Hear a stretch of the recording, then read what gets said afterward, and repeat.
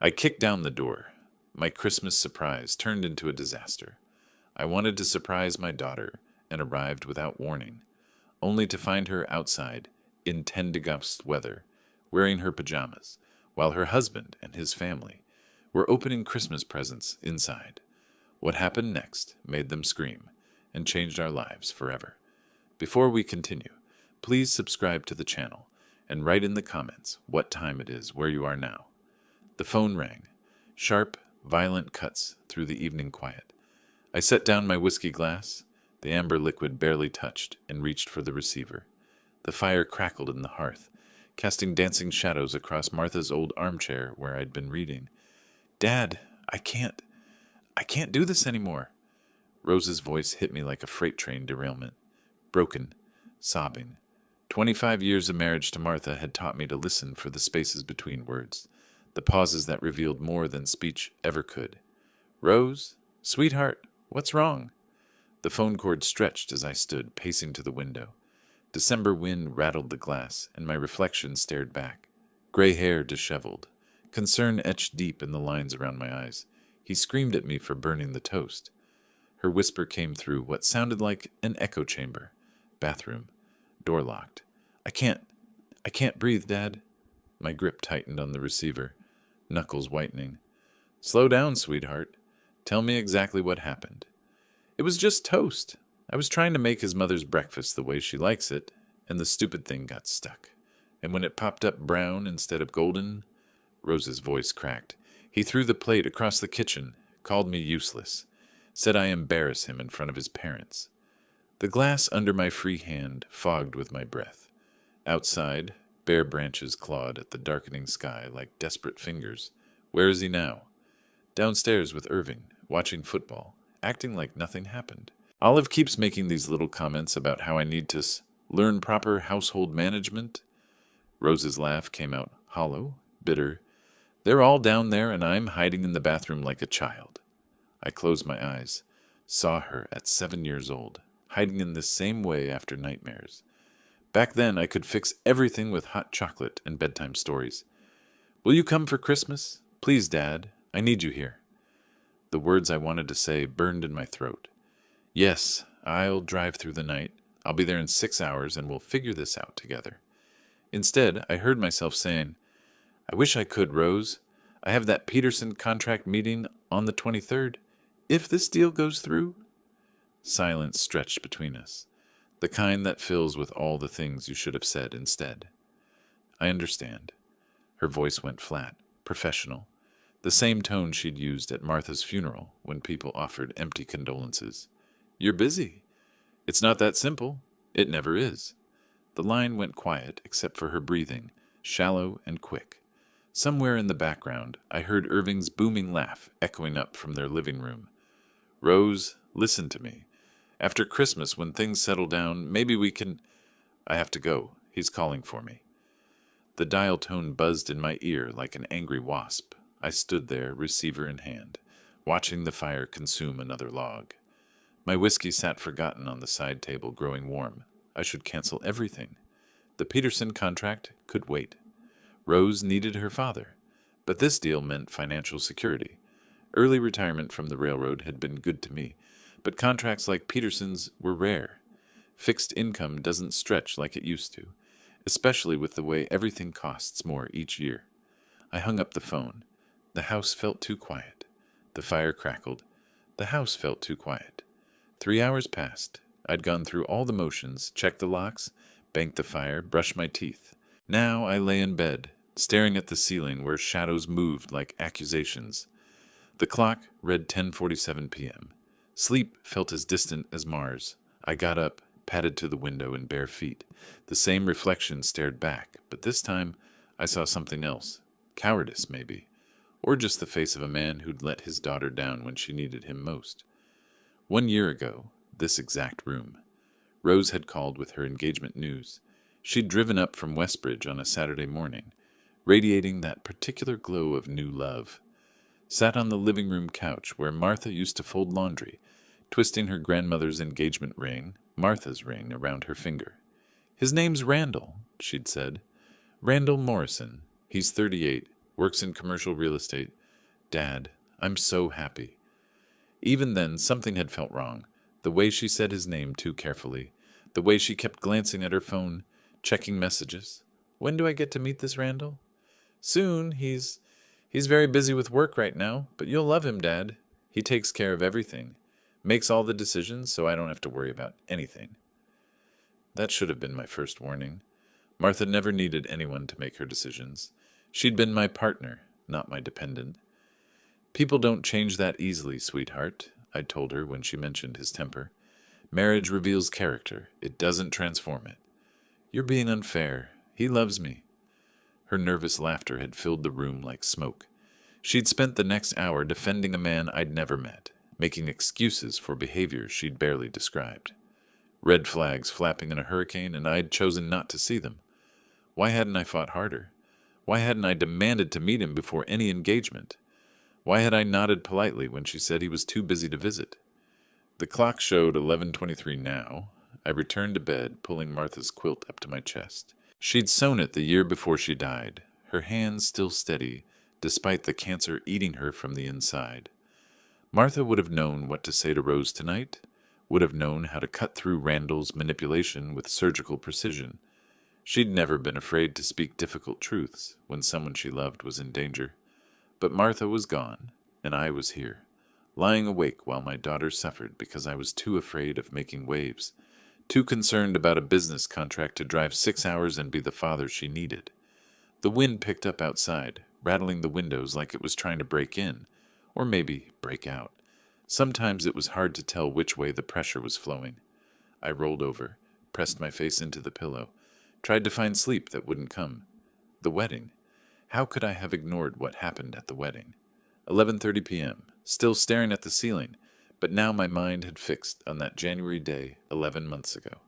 The day I watched my daughter marry a stranger and did nothing to stop it. St. Michael's reception hall. Rose in Martha's grandmother's dress, altered to fit her smaller frame. She'd looked beautiful and fragile, like spun glass that might shatter with the wrong word. I'd sat alone at the family table, watching Randall's relatives dominate the conversation. The guest list had been small, mostly his people. Rose's friends from college hadn't been invited. Too expensive, she'd explained. Randall thinks we should keep it intimate. Olive Morrison had positioned herself as the expert on everything, her voice cutting through the reception chatter like a buzzsaw. Now Rose will need to learn how to be a proper wife, she'd announced to anyone within earshot. Randall has specific expectations about household management, organization, meal planning. His previous girlfriends never quite measured up in that department. Rose had smiled, that tight, brittle smile she'd perfected. I'm looking forward to learning. Like marriage was a master class in pleasing one man instead of a partnership between equals. Irving Morrison had been worse. Crude jokes about keeping wives in line delivered with the confidence of a man who'd never been challenged.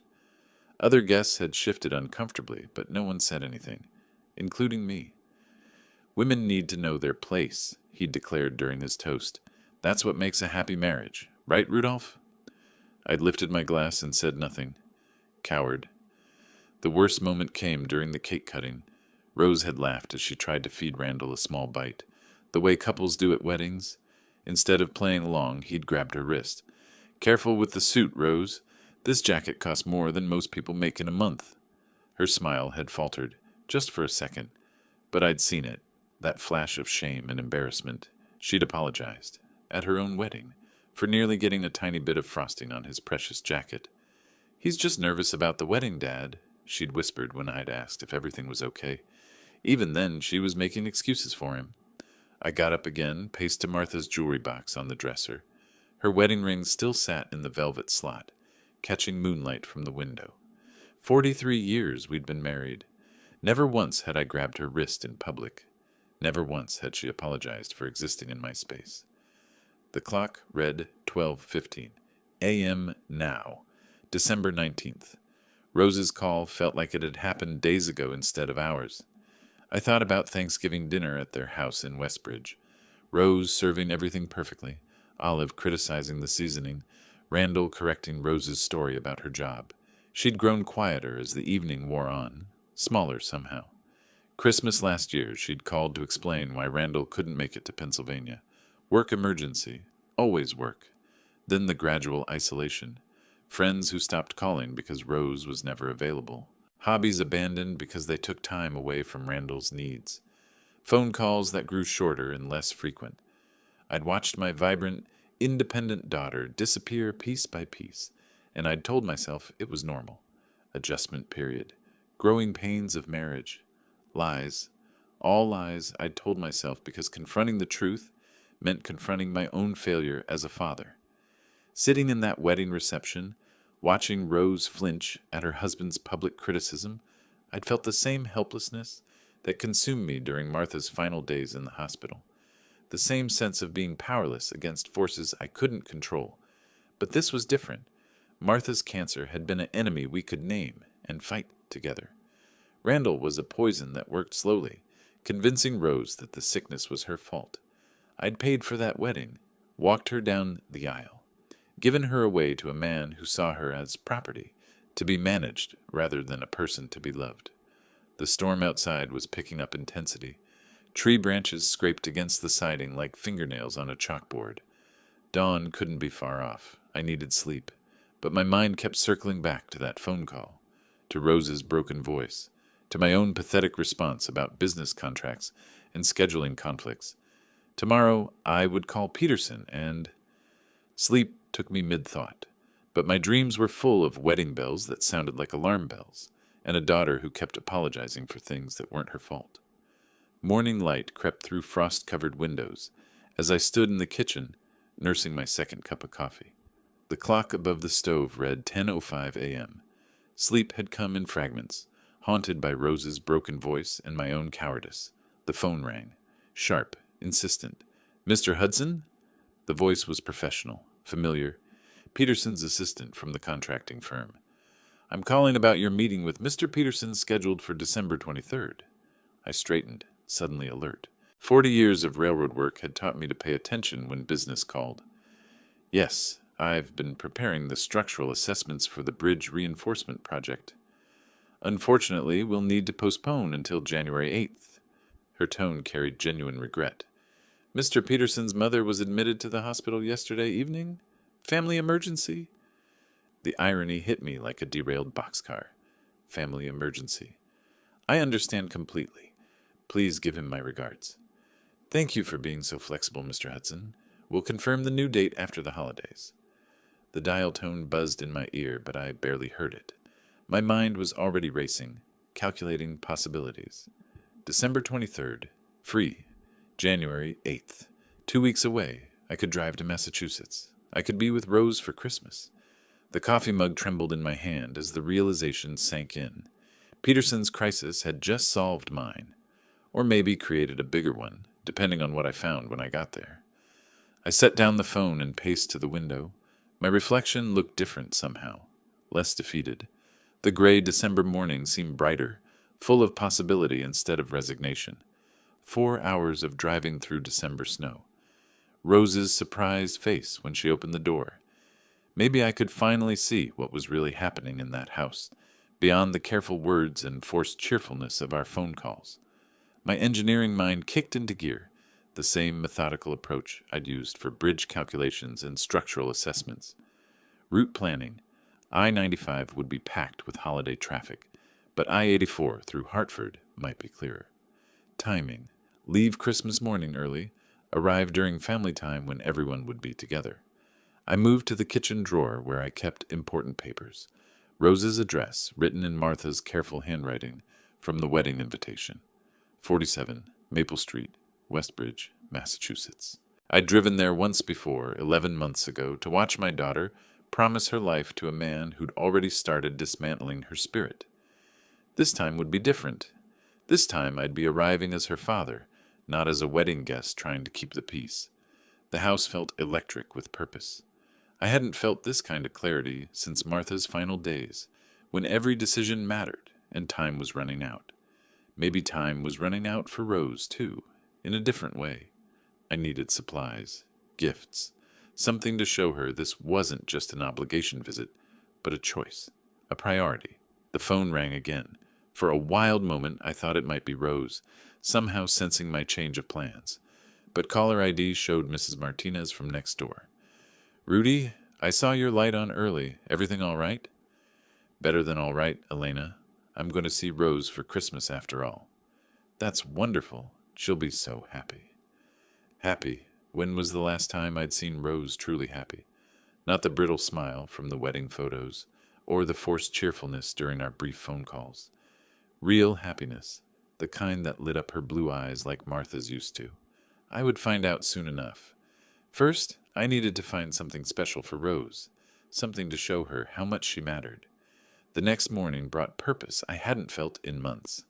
I sat at Martha's old kitchen table with road maps spread across the checkered tablecloth, marking routes with a red pen. The methodical planning felt familiar, comforting, like designing a bridge. Every detail mattered. Pine Valley Shopping Center buzzed with last-minute Christmas energy. Families hurried between stores, arms full of wrapped packages, children tugging at coat sleeves. I moved through the crowd with singular focus, my list folded in my coat pocket. The winter clothing boutique felt warm and crowded. A young saleswoman approached with practiced holiday cheer. "Can I help you find something special?" "A warm scarf for my daughter. She lives up north now." "How lovely. What's her coloring like?" I closed my eyes, summoning Rose's face from happier times. "Blue eyes, light brown hair. She gets cold easily, like her mother did." The woman guided me to a display of wool scarves.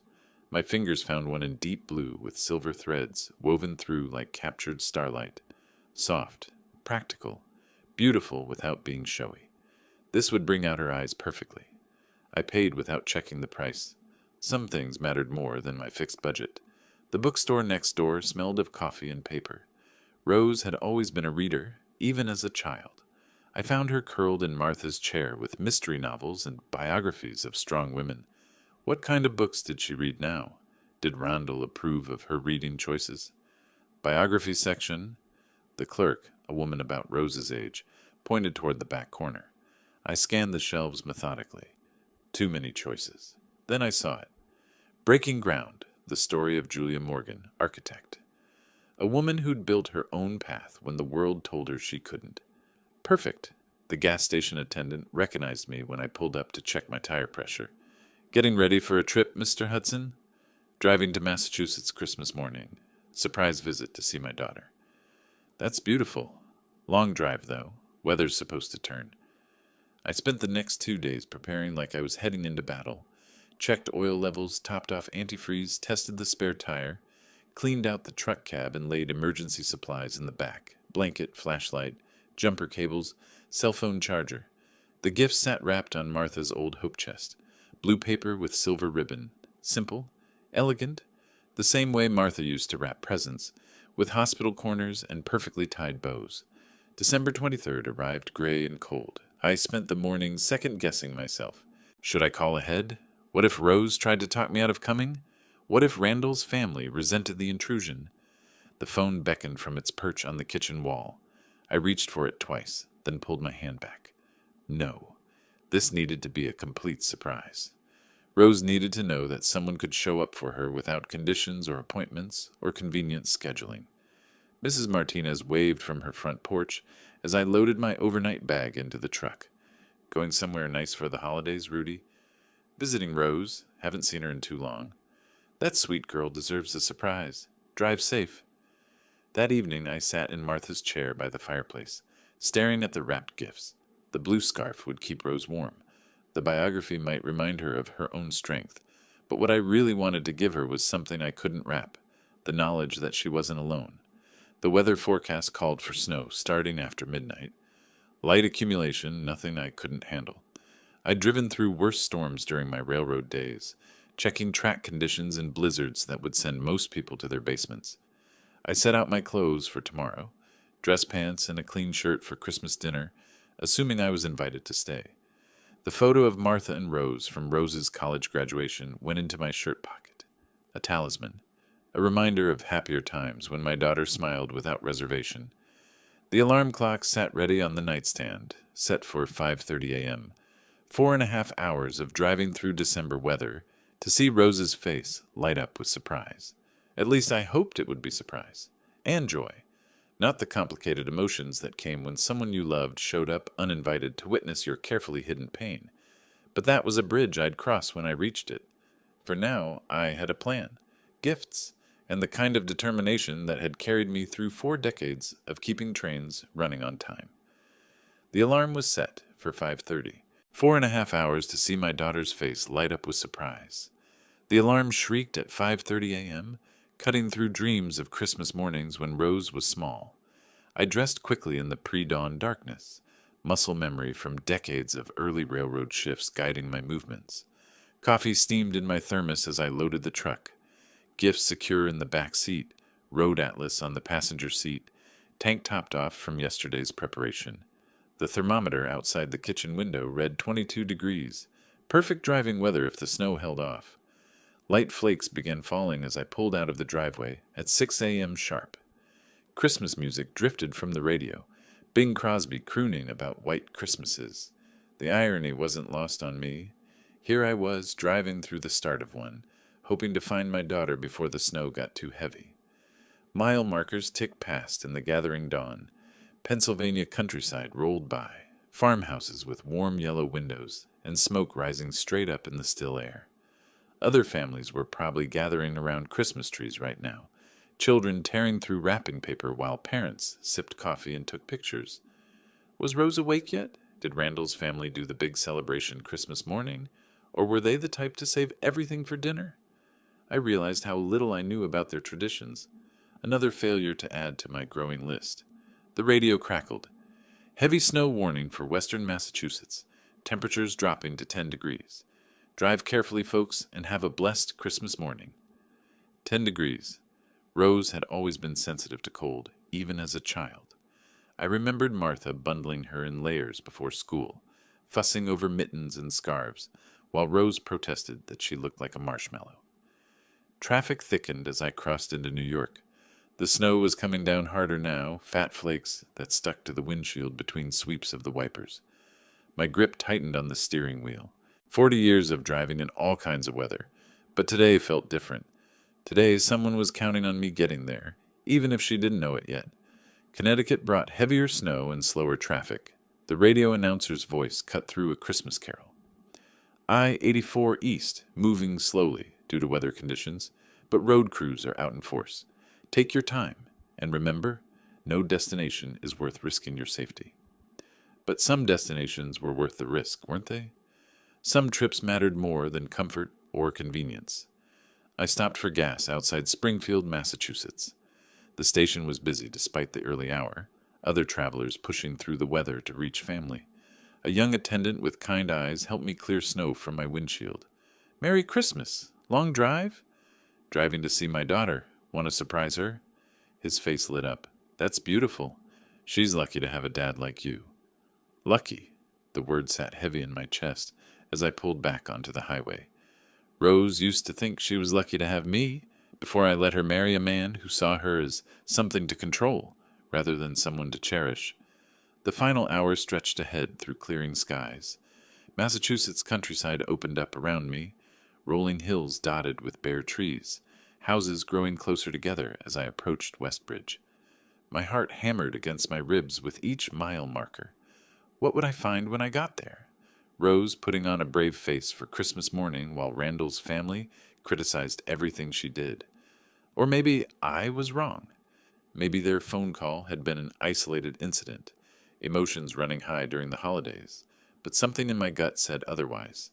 The same instinct that had kept me safe around heavy machinery for 40 years was telling me that Rose needed rescuing.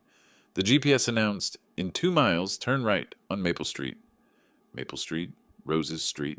I'd driven down it once before, 11 months ago, following a procession of wedding cars to a reception where I'd watched my daughter shrink under her new family's expectations. Houses appeared through the clearing snow. Christmas decorations twinkled from front porches. Children's voices carried on the cold air, kids outside with new sleds and snow boots, making the most of Christmas morning snow. Number 47 sat back from the road, a colonial with green shutters and a wraparound porch. Randall's BMW was parked in the driveway next to an older sedan I didn't recognize. company. Or maybe Olive and Irving had stayed overnight. I parked across the street and sat for a moment, engine running, heat flowing over my cold hands. This was it. No more planning, no more second guessing. Just walk up to that door, ring the bell, and see my daughter's face. The gifts rustled as I transferred them from the back seat to my coat pockets. The biography fit easily in my left pocket, but the scarf made my right side bulge noticeably. I pulled my jacket closed and stepped into the bitter morning air. My breath came out in white puffs as I crossed the street. Somewhere in that house, Rose was probably helping with Christmas breakfast, making sure everything was perfect for Randall's family, making herself smaller so they could be bigger. Not today. Today, someone was coming to make sure Rose knew she mattered. I walked up the driveway, gifts in my coat, ready to see Rose's surprise. Then I saw the figure by the snowbank. The figure wasn't moving, hunched against the white mound of snow, knees drawn up, arms wrapped tight around itself. My brain needed 3 seconds to process what couldn't be possible. Rose, my daughter, sitting in the snow in thin Christmas pajamas. The gifts fell from my numb fingers, scattered across the frozen driveway like discarded prayers. I ran, my bad knee screaming protest, every step bringing the impossible into sharp focus. Her lips were purple. Frost crystallized in her hair. She was shivering so violently her teeth chattered like chattering bones. "Rose," the word tore from my throat. "What are you doing out here?" She looked up with confusion clouding her blue eyes. Eyes that had once sparkled with Martha's same intelligence, now dulled by cold and something deeper, something broken. "Dad?" Her voice came out slurred, hypothermic. How are you here? I thought you had that meeting with Peterson." I stripped off my heavy winter coat, wrapped it around her small frame. She felt like ice through the thin fabric. How long had she been out here?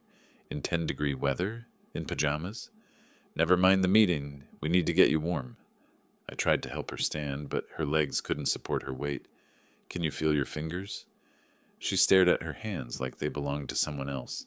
"Not really. Everything's fuzzy." I half carried her to the truck, yanking open the passenger door. The heater had been running, warm air rushing out like salvation. I settled her into the seat, cranked the heat to maximum, found the emergency blanket I kept behind the driver's seat. "I'm so sorry, Dad." Tears started flowing down her cheeks, leaving warm tracks on frozen skin. "I made such a mess of everything. You have nothing to apologize for. Nothing." I rubbed her hands between mine, trying to force circulation back into white fingers. "Tell me what happened." Through the windshield, I could see the house, Christmas lights twinkling merrily, warm yellow glow spilling from every window, sounds of laughter and celebration drifting across the frozen lawn. They were inside, enjoying Christmas morning, while Rose nearly froze to death outside their door.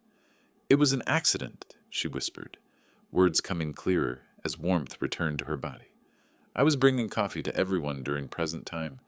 There was wrapping paper everywhere, and I tripped." Her voice broke, started again.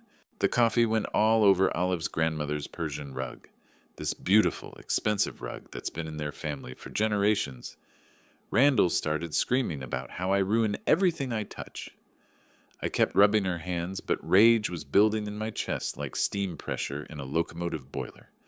40 years of engineering had taught me to recognize when systems were approaching dangerous levels. Olive said they'd been too lenient with me, that I needed to learn consequences. Rose's breathing was evening out, color slowly returning to her cheeks. Irving agreed, said women need discipline. That's how his generation kept marriages strong. And then what happened? Randall told me to go outside and think about being more careful. Her eyes met mine, filled with shame and confusion. In my pajamas. He said I could come back in when I learned my lesson. The pieces clicked into place with mechanical precision. The locked door I'd noticed, her hypothermic state, 4 hours in deadly cold. "They locked you out," she nodded, fresh tears starting. I tried knocking, but Olive said I was disturbing their Christmas morning, that I'd already done enough damage. Through the passenger window, I could see them in the living room, passing presents around a circle, laughing and toasting with champagne glasses, like they hadn't just left my daughter to freeze to death over spilled coffee. As feeling returned to her fingers, Rose looked up at me with eyes full of pain and shame. Dad, I need to tell you what really happened this morning. Rose's hands were finally warming in mine, circulation returning with painful tingling. She flexed her fingers experimentally, wincing as feeling returned. Start from the beginning, I said quietly. What time did this start? Around 8:30. Everyone was in the living room opening gifts. I wanted to be helpful. Brought a tray of coffee from the kitchen. Her voice steadied as warmth spread through her body. There was beautiful wrapping paper scattered everywhere, silver and gold like a fairy tale. I should have been more careful. I kept my voice level. What happened when you tripped?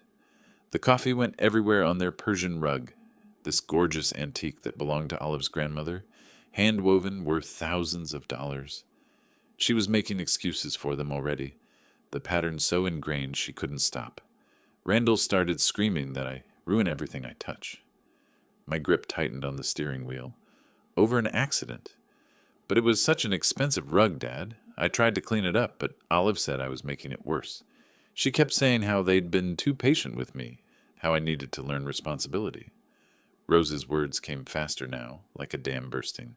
Irving backed her up, said women in his day knew how to be more careful around nice things. Through the windshield, Christmas music drifted from the house. Jingle bells played while my daughter recounted nearly freezing to death. Then Randall said, Go outside and think about being more careful. Just like that. No coat, no shoes, in 10-degree weather. And they locked the door behind you. Rose nodded, shame coloring her cheeks. I knocked after about an hour. My feet were so cold they burned. But Olive called through the door that I was disturbing their Christmas celebration, that I had already ruined enough of their morning. 4 hours. She'd been outside for 4 hours in deadly cold while they exchanged gifts and drank champagne. I kept thinking someone would come check on me. That surely Randall would realize it was too cold, too dangerous. Her voice cracked. But the longer I waited, the more I understood that this was my punishment, for being clumsy, for not being good enough. Rose, listen to me. I turned to face her fully. No one deserves this. You understand that, right? No one. But I did mess up their expensive rug. Stop. The word came out harder than I intended. That rug isn't worth 1 minute of your life, not 1 second. She stared at me like I'd spoken a foreign language. The idea that she mattered more than an object was apparently revolutionary. They said I need to learn to be more careful around nice things, that I don't contribute financially, so I shouldn't destroy what they've earned. Every word was a nail in their coffin. Financial abuse, emotional manipulation, physical endangerment. The pattern was crystal clear to anyone willing to see it. I started getting really cold after the second hour. Couldn't feel my hands anymore.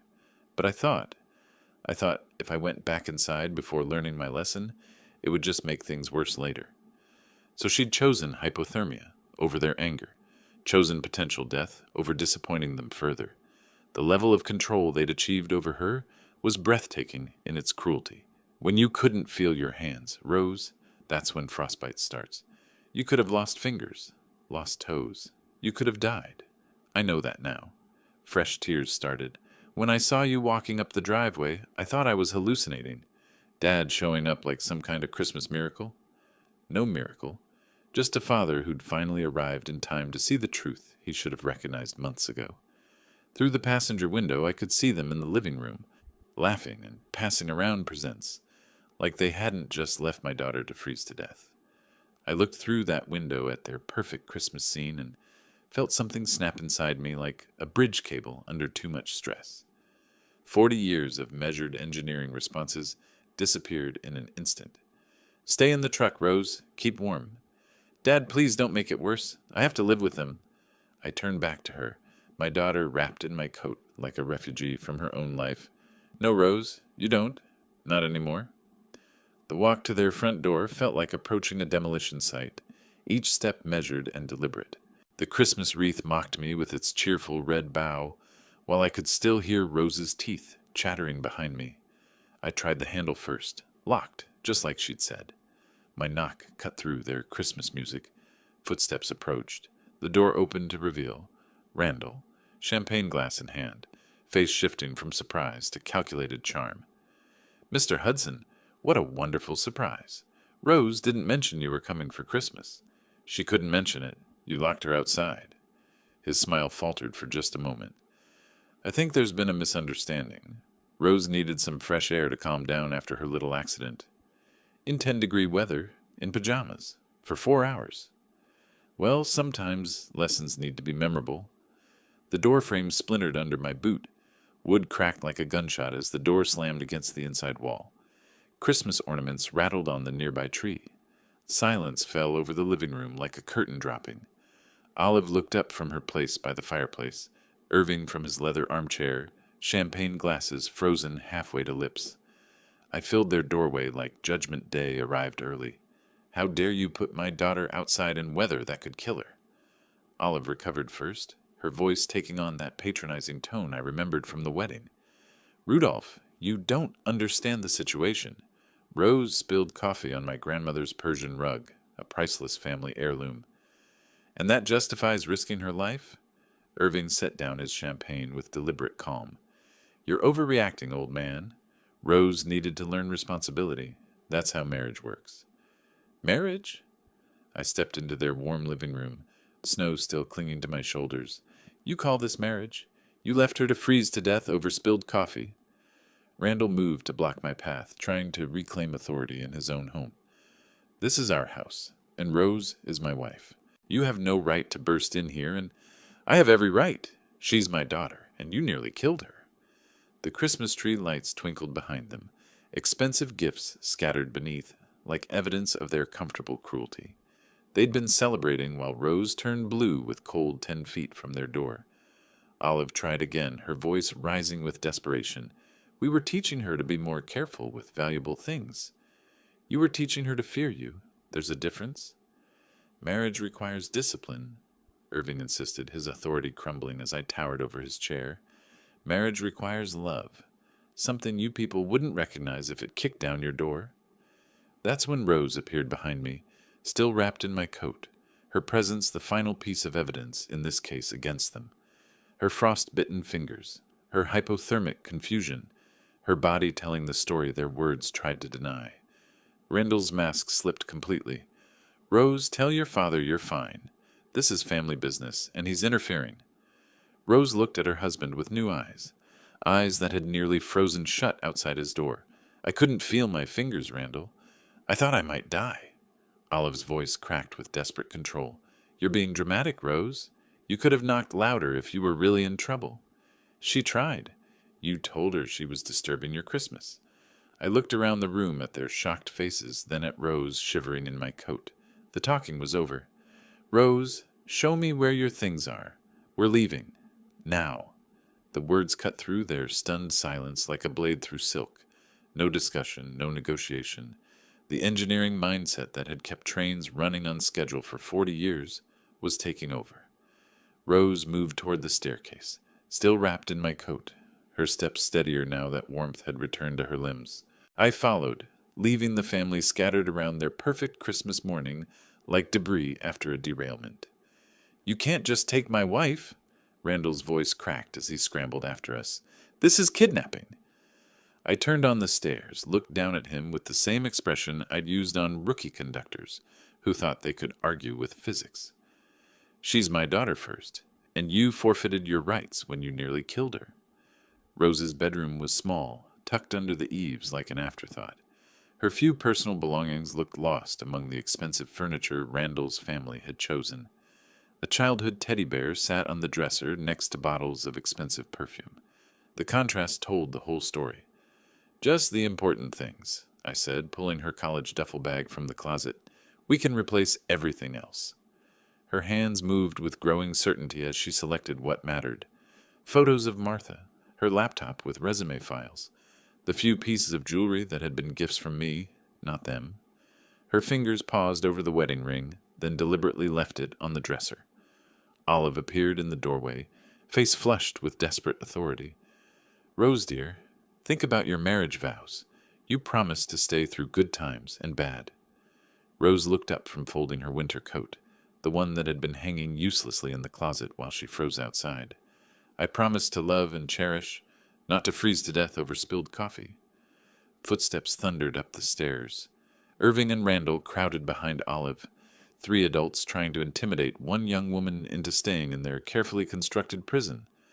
"You're making a big mistake, old man," Irving wheezed. "We know people, important people."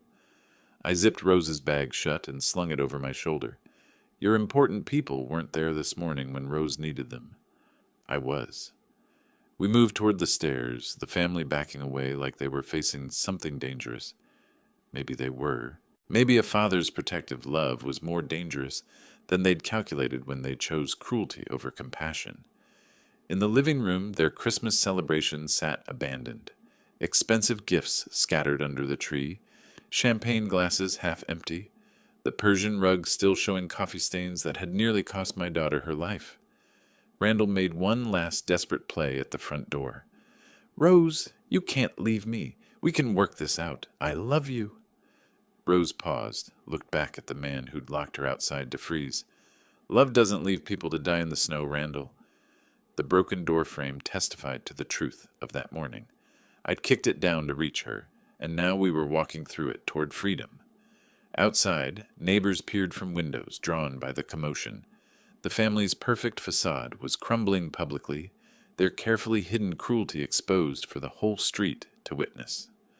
Randall followed us to the truck, hands slapping against the hood as I loaded Rose's bag. "This is theft. I'll call the police. She's my wife." I walked around to face him using every inch of my height and 40 years of authority, earned through honest work. "Step away from my truck. Step away from my daughter. You can't. If you ever contact her again, you'll answer to me, and next time I won't just kick down a door." He stepped back. Cowardice, finally honest, replaced his pretense of authority. Rose settled into the passenger seat, pulling my coat tighter around herself. The truck's heater blasted warm air, chasing away the last of the morning's deadly cold. In the rearview mirror, I could see them standing in their driveway, diminished, powerless, watching justice drive away. As we pulled onto the main road, Rose finally looked back at the house growing smaller in the side mirror. The first 10 miles passed in silence. Rose stared out the passenger window at suburban Massachusetts rolling past, processing what had just happened. I kept the heater running full blast, checking her color in the rearview mirror every few minutes. Finally, she spoke. "Dad, what if I made a mistake? What if they were right about me being careless?" I'd been waiting for this. The victims always blame themselves first. "Sweetheart, spilling coffee doesn't justify leaving someone to freeze to death. Not ever. Not for any reason." Her hands were shaking now that the adrenaline was wearing off. "But what if Randall comes after me? What if he tries to force me back? He won't get within a mile of our house. I guarantee it." By the time we reached the Connecticut border, Rose was starting to talk about practical things.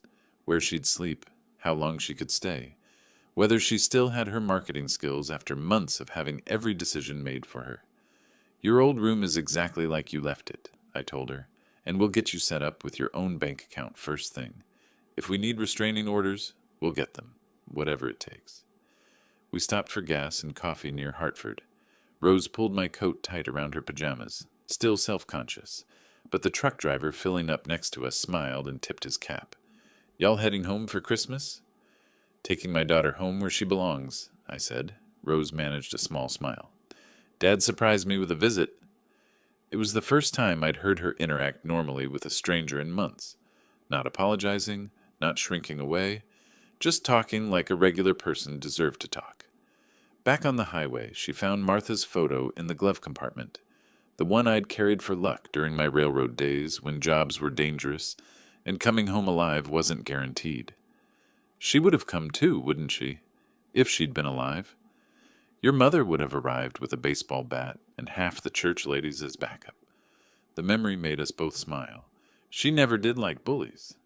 "I don't know how to thank you for saving me." "You don't need to thank me. That's what fathers do."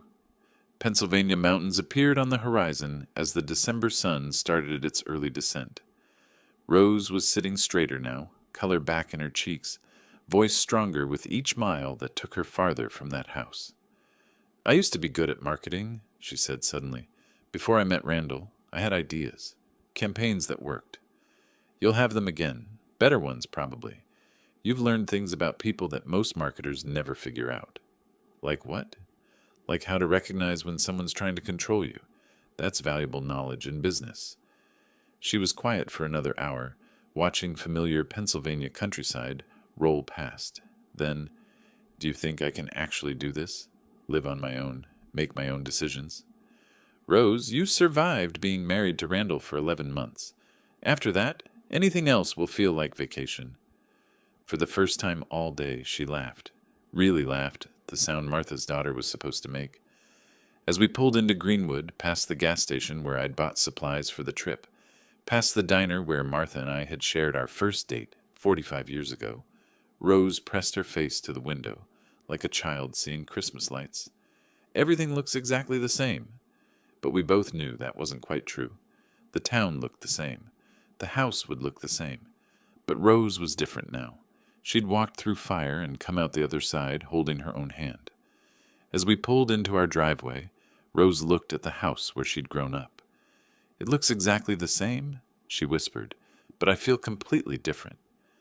Rose's office occupied a corner of the 14th floor, with windows overlooking Boston Harbor. Sunlight streamed across her desk, where marketing campaigns spread like blueprints for someone else's success. The nameplate read Rose Hudson in bold letters, maiden name reclaimed, identity restored. I'd driven up for our monthly lunch, a tradition we'd established once Rose got steady on her feet. Watching her move through her workplace with quiet confidence, greeting colleagues who clearly respected her work, I barely recognized the broken woman I'd found in a snowbank 5 months ago. "Dad, you should see the nonprofit campaign we just finished." She pulled up graphics on her computer screen. "Increase their donor engagement by 40%. My idea about storytelling rather than statistics really worked." Her boss stopped by while I was admiring her wall of client testimonials. "Mr. Hudson, you should be proud. Rose has become invaluable here. We're discussing a promotion track." The Waterfront Caf, where we'd lunch, was Rose's choice. A place where young professionals gathered to discuss deals and dreams. She ordered confidently, paid with her own credit card, left a generous tip from her own salary.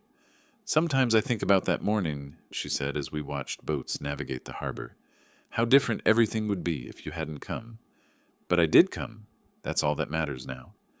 Her Cambridge apartment was small, but entirely hers. Every piece of furniture chosen by her, every picture placed where she wanted it. The Christmas cactus on her kitchen windowsill had bloomed twice since she'd brought it home. Another survivor, thriving in better conditions. The divorce had been finalized in March. Clean break, no assets to divide, no lingering connections. Rose had wanted nothing from that life except her freedom. The wedding photos had gone in the trash. The expensive gifts returned or donated. She'd kept only what belonged to her before Randall tried to erase her. "I see a therapist once a month," she told me over coffee, "just to make sure I stay healthy. She says I'm making remarkable progress for someone who experienced that level of, what did she call it? Coercive control." We walked back toward her office building through spring afternoon sunshine. Other people our age were probably grandparents by now, but I'd take my successful, independent, emotionally healthy daughter over early grandchildren any day. The therapist helped me understand that it wasn't about the coffee, Rose continued. It was never about being more careful or less clumsy. It was about making me small enough that I'd never think I deserved better. A group of her coworkers waved from across the street, heading back from their own lunch break. Rose waved back, comfortable in her place among them. She'd built a life here. Friends, colleagues, a future that belonged entirely to her. "What are you doing next weekend?" she asked as we reached her building. "I want to cook dinner for you. Try out that new recipe I've been working on. I'll bring dessert, your mother's apple pie recipe." She hugged me goodbye on the sidewalk, professional woman in her business suit, saying farewell to her father who'd driven 2 hours just to make sure she was still thriving. Because that's what we did now. We made sure of each other. As I watched Rose disappear into the glass office building, confident and purposeful, I knew Martha would be proud. Our daughter had found her way home to herself. If you liked this story, please like this video, subscribe to the channel, and share your impressions of this story in the comments. To listen to the next story, click on the box on the left. Thank you for watching.